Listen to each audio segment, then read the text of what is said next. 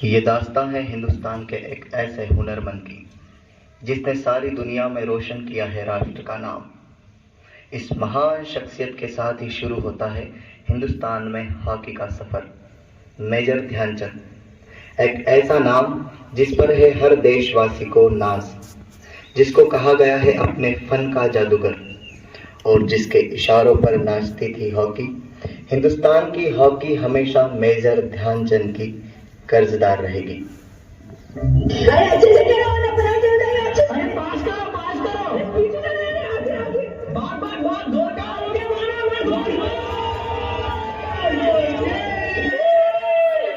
अरे बड़ा रोमांचक खेल है यह तो।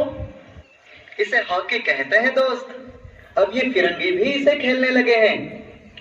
अब ये हमें भी इस खेल में प्रतिभागी बनाने लगे हैं और हम भी कभी कभी विदेश घुमाते हैं इसी खेल के बहाने। अच्छा, इस खेल के नियम क्या है? बहुत आसान है, जो टीम अधिक गोल करती है वही जीत जाती है।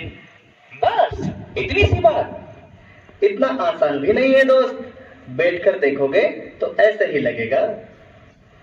मुझे डराने की कोशिश मत करो मेरे दोस्त, यह तो बहुत आसान है। वह देखो उस टीम की तरफ जो पराजित हो रही है। यदि मुझे इस खेल में खेलने का मौका दिया जाए तो मैं इस हारती हुई टीम को जिता सकता हूँ। सिपाहियों, मैंने तुम्हारे बीच हो रही बात को सुन लिया है। मैं तुम्हारे आत्मविश्वास की जांच देता हूँ। तुम्हारा नाम क्या है? मेरा नाम ध्यान सिंह है। ध्यान सिंह, आपकी बातें सुनकर तो लगता है कि आप में गजब का आत्मविश्वास है। सर, इसकी बातों में ही दम है या इसके खेल में भी दम है, मैं यह देखना चाहता हूँ। अच्छा, तो साहब चाहते हैं हम खेल कर दिखाएं। ठीक है, तो हम खेल कर दिखाते हैं। इनसे मिलिए, यह है ध्यान सिंह। इन्हें लगता है कि हॉकी खेलना बच्चों का खेल है। तो बताओ ध्यान सिंह, तुम किस टीम से खेलना चाहोगे? जो टीम पराजित हो रही है श्रीमान, मैं उसी टीम से खेलना चाहूंगा।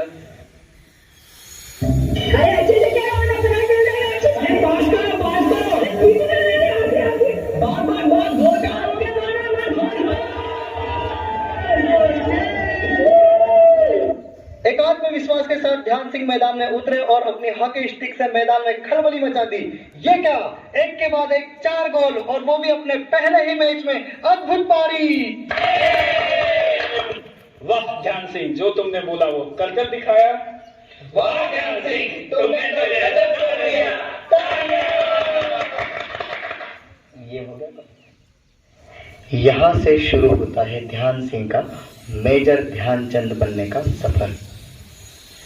1928, 1932 और 1936 के ओलंपिक में उन्होंने भारत को लगातार 3 स्वर्ण पदक जिताए, जिसमें 1932 के ओलंपिक में अमेरिका को उसी की धरती पर 24-1 के स्कोर से हराया था तथा 1936 के ओलंपिक में जर्मनी को 8-1 के स्कोर से हराया था।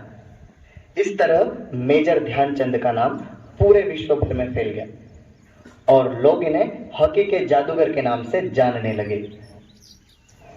हिटलर भी उनके खेल प्रदर्शन को देखकर काफी प्रभावित हुआ और उसने मेजर ध्यानचंद के समक्ष जर्मनी की ओर से खेलने का प्रस्ताव रखा। परंतु मेजर ध्यानचंद एक हॉकी खिलाड़ी के साथ ही महान देशभक्त भी हुए। उन्होंने हिटलर के इस प्रस्ताव को नकार दिया। उन्होंने कहा कि मैं अपने देश भारत की ओर से ही खेलूंगा। मैं इसी मिट्टी में पला बड़ा हूं और इसी के लिए मैं खेलूंगा।